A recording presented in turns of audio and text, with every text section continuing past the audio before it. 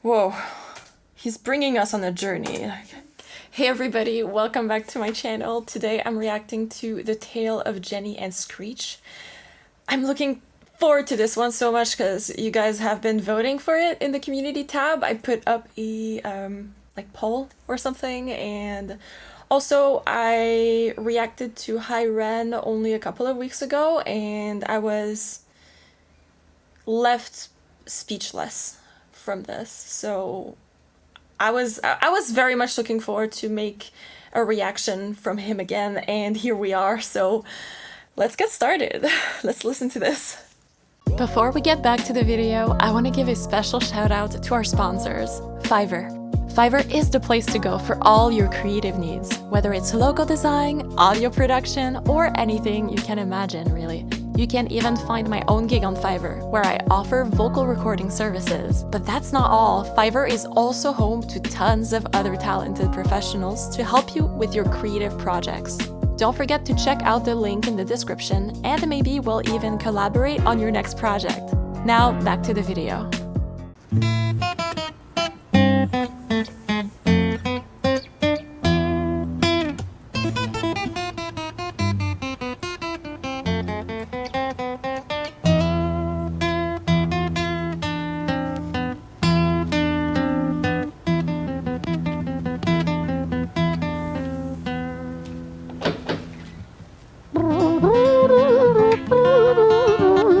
I just want to stop here because I want to comment on the guitar from the beginning. I also noticed that, and I mentioned it a little bit in my previous reaction, but I think it's something very interesting. The guitar, this looks like a live performance to me. I don't know if it actually is or if it's not, but it very much looks like that. It looks like it might have been in like one, single take, and there's something very I'm gonna use the word raw about it, but really, like, I'm gonna say it this way, but it's not a bad thing. I think the guitar is not completely in tune, and like, I think that's a really cool effect. It gives this like really raw thing, and I think that like it's a little bit of a that's part of live music. Things are not always like completely like, super in tune. Like they didn't like sit down with the guitar to make it like as tuned as possible. And I think it adds to the sort of spirit of just like, hey, let's just sit down and make music together. And this kind of like, the fact that it's not perfect, I think adds something. And some of you guys have been commenting like, no, the guitar is not out of tune. Or like there's some like, maybe, my ear is telling me that some of it is slightly off, or like maybe it's the temperament, but it's not a bad thing. Like I'm hearing this and I'm liking the fact that it's not sounding like exactly perfect, because I think that's what he's going for to begin with. Things don't have to be perfect to be impactful. And I'd say like the more perfect something is, the less likely it is going to be impactful, because then you're just, it's just sanitized. And the fact that this is not sanitized bring a lot of like communication value to the art, if that makes sense. Anyways, I wanted to comment on this one.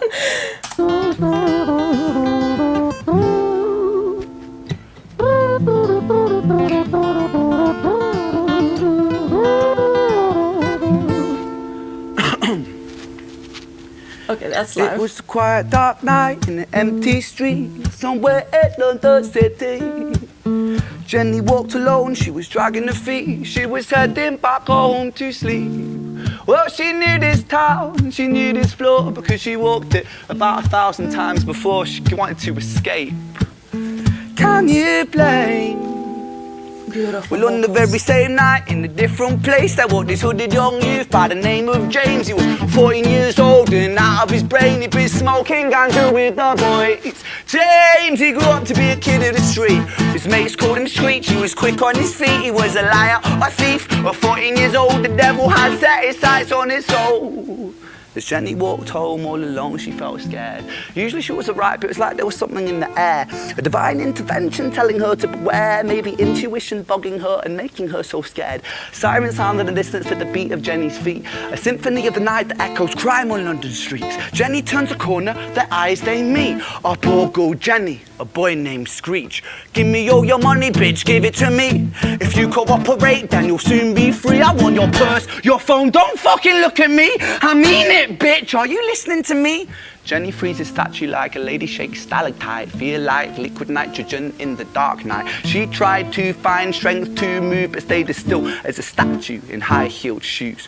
What the hell you playing at? You playing games with me? I swear to fucking God, I'll slice the rosy off your cheeks. You think I don't mean it, girl? You don't know me. The last thing you see will be a boy code. Screech reached with the sheath of the blade, with the teeth that could bite through steel and slice concrete, and he swung possessed with the devil in his chest, and the statue she was turned to butter in her breath. Whoa. It was a quiet dark night in an empty street somewhere in London City. Jenny lay still on the cold concrete. She's found somewhere to sleep. Well, she knew this town, she knew this floor, 'cause she'd walked it about 1,000 times before. I guess that she escaped. I really like how, because he's repeating the same lyrics, but the delivery of them is very different. There's sort of this, maybe like, I don't want to say like blissful ignorance in the beginning, or this sort of like, we don't really know what's going to happen, and then he's repeating it, but we know something bad happened, you know, and he's sort of delivering it in a way that's more like chopped off, if that makes sense. Walked it about 1,000 times before. And like spoken, I guess that like, she escaped. You know? It's such a shame. Wow, that's pretty.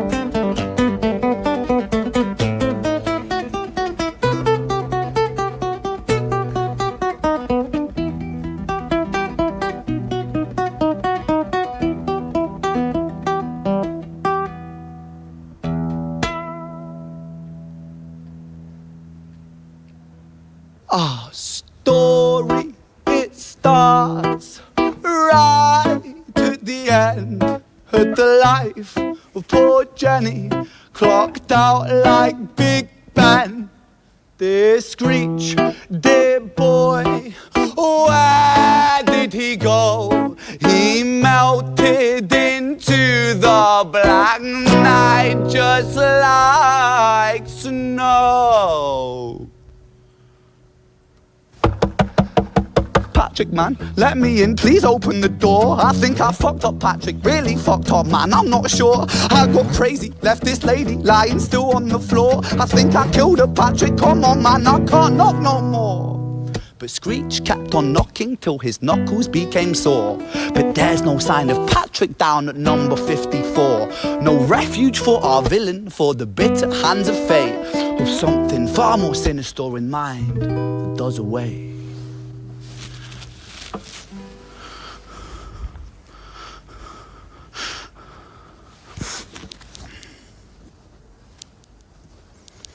Hey, babe, you in? Nah, nothing really, I'm just a bit tired, listen.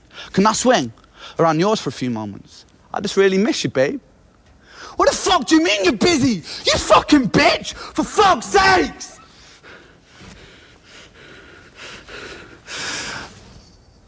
Siren sounds approaching like a banshee in the night. The The shrill cry of justice cutting like the sharpest knife. But Screech was never one to run, not one to miss a fight.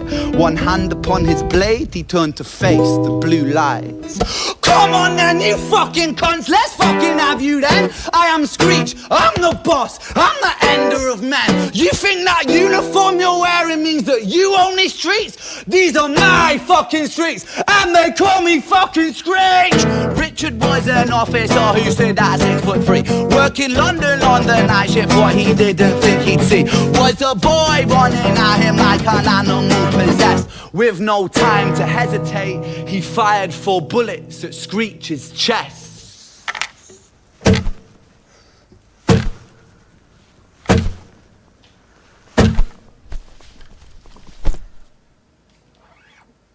That is so cool. Like the way that he's using the instruments as like a, well, the instrument, the guitar, and also his voice, to be fair, as a sort of like storytelling device, and not just as like, hey, here, like I'm playing pretty chords. Like he's playing these bullets with the guitar. That's the kind of thing that I just really love, and I think is so creative, and also is, it goes outside of like the box of what we're like expecting from music a lot of the time. And like I think the focus of his music is so much on the storytelling, and the like music itself, like the notes, the melodies, the instrumentation, the chords, is only there to support that story. And I think that like, I think that's sort of, it goes back to the essence of what music has always been for humankind, you know, a way to like express or tell stories. I've been told by people in the comments, you guys, that the genre that he calls himself to be is bardcore, and really bard tells stories. Bardcore actually fits very well to what he's doing. Besides just instrumentation or storytelling, there's this sort of, the kind of themes so far that he seems to be exploring, to me, relate a lot to music that, well, secular music from the Middle Ages, actually. And yeah. Story, it ends right at the start. Young Screech and poor Jenny lying 1 street apart. An officer shaken by the boy that he claimed. 2 bodies lay lifeless, and it's such a shame. It's such a shame.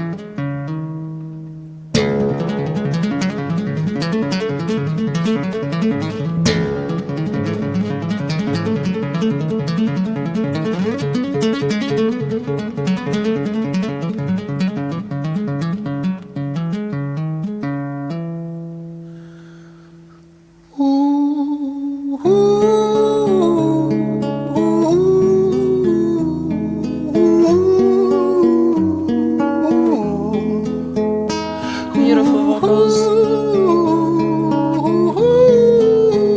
Whoa. That melody. I'm gonna rewind this, just.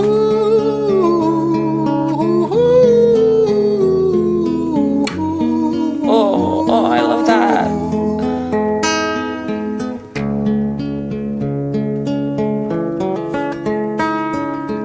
London City, far from pretty, 2005. A lady down in Paddington is fighting just to stay alive. Rhythmic beats and bloodstained sheets, Our Lady weeps, she's tired and frail. To set the scene, we must rewind the hands of time for Violet's tale.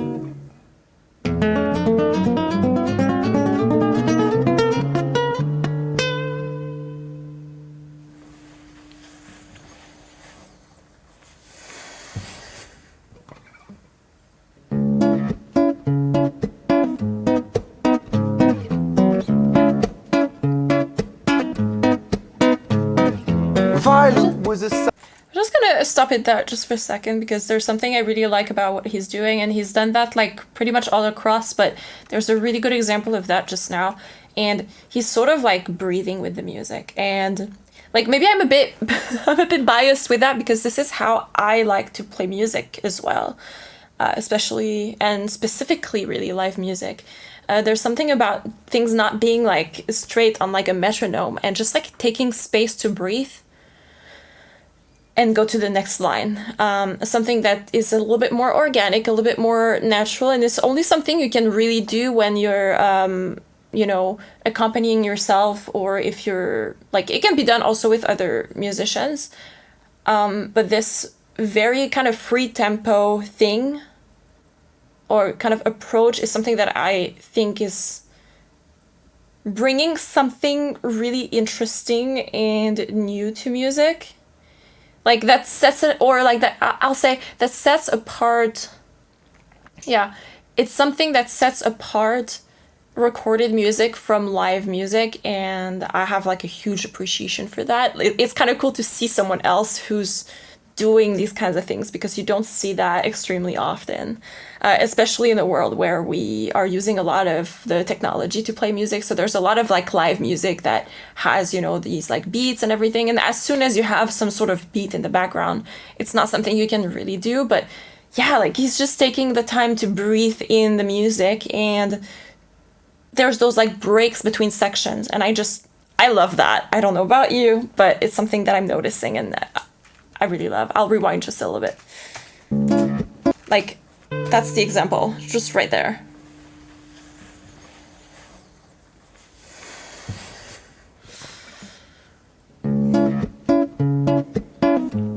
Yeah, I like that a lot.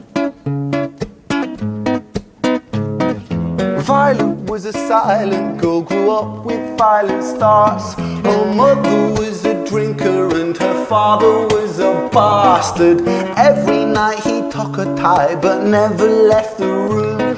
I'll spare you with the things he did, I'm sure her mother knew. Violet was a silent girl, she moved out at 16. A semi-detached council flat, paid for by a welfare scheme. Packing shelves at Tesco, stacking jars like pickled bricks. She met a boy named Stevie and he was a little prick.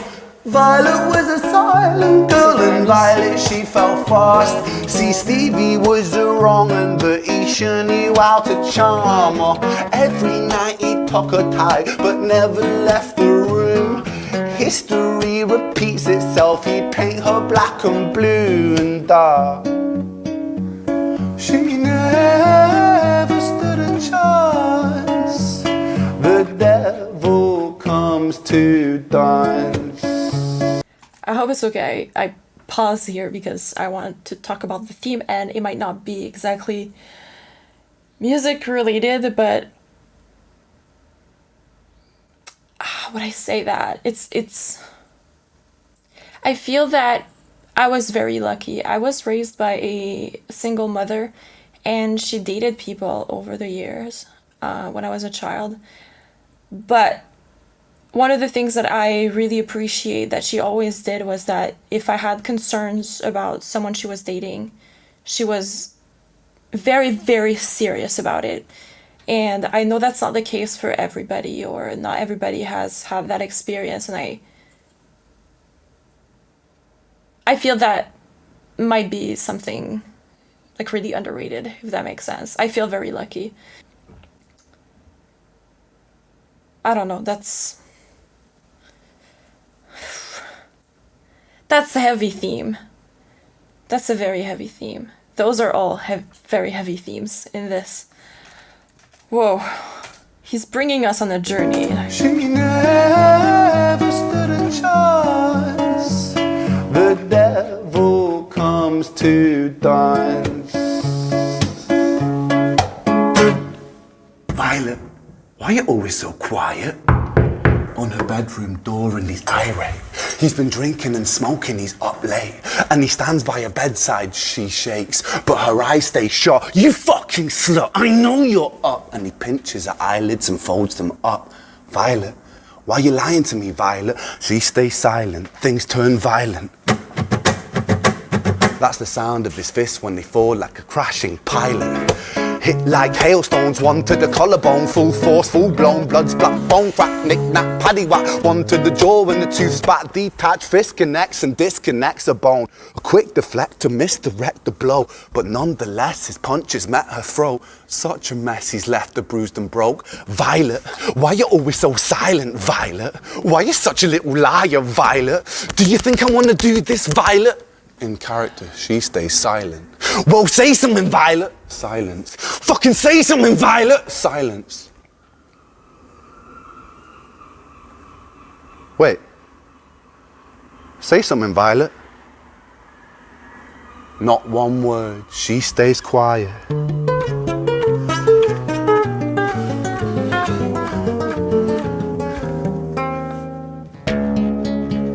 That descending chromatic scale.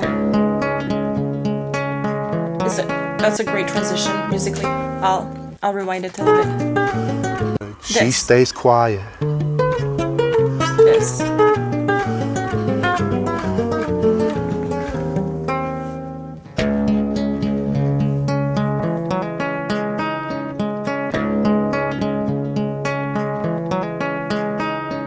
London City, far from pretty, 2005. A lady down in Paddington is fighting just to stay alive. The doctor, in a state of shock, saw something here so very wrong. See, Violet, she was pregnant.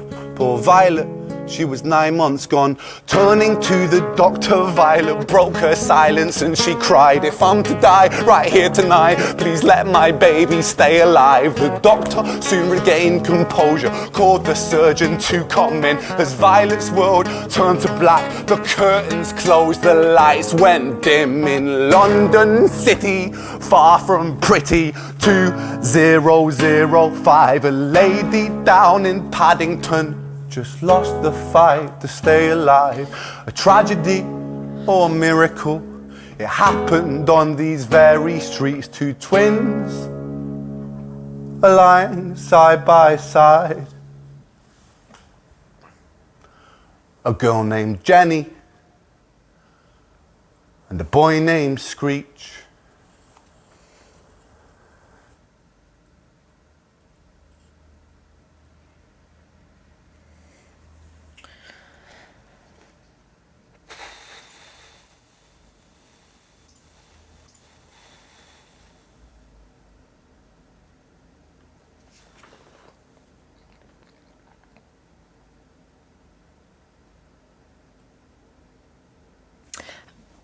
I need to gather my thoughts for a second. We just went on a ride.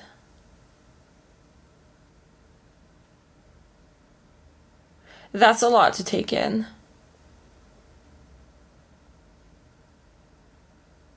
I love the format of this, how he's sort of going through the stories of different characters and sort of having different, like, it's kind of three pieces basically put together in a sort of bigger piece of work, if that makes sense. And that's a format we see a lot in classical music, I think. These like smaller pieces of work that have been put together to kind of create a bigger piece. When it comes to the themes, like the first thing I'm thinking is I basically have a question for him, for you guys, and it's where has he taken inspiration for this? Are those like true stories from a place in London that he knows about, or is this something that he made up and is kind of a reflection of like the wrongs in the world, or how our fate are connected in some ways, in a lot of ways, how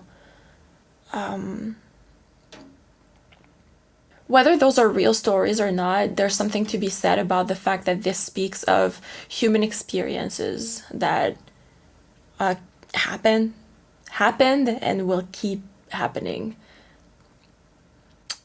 Yeah, what a wonderful artist.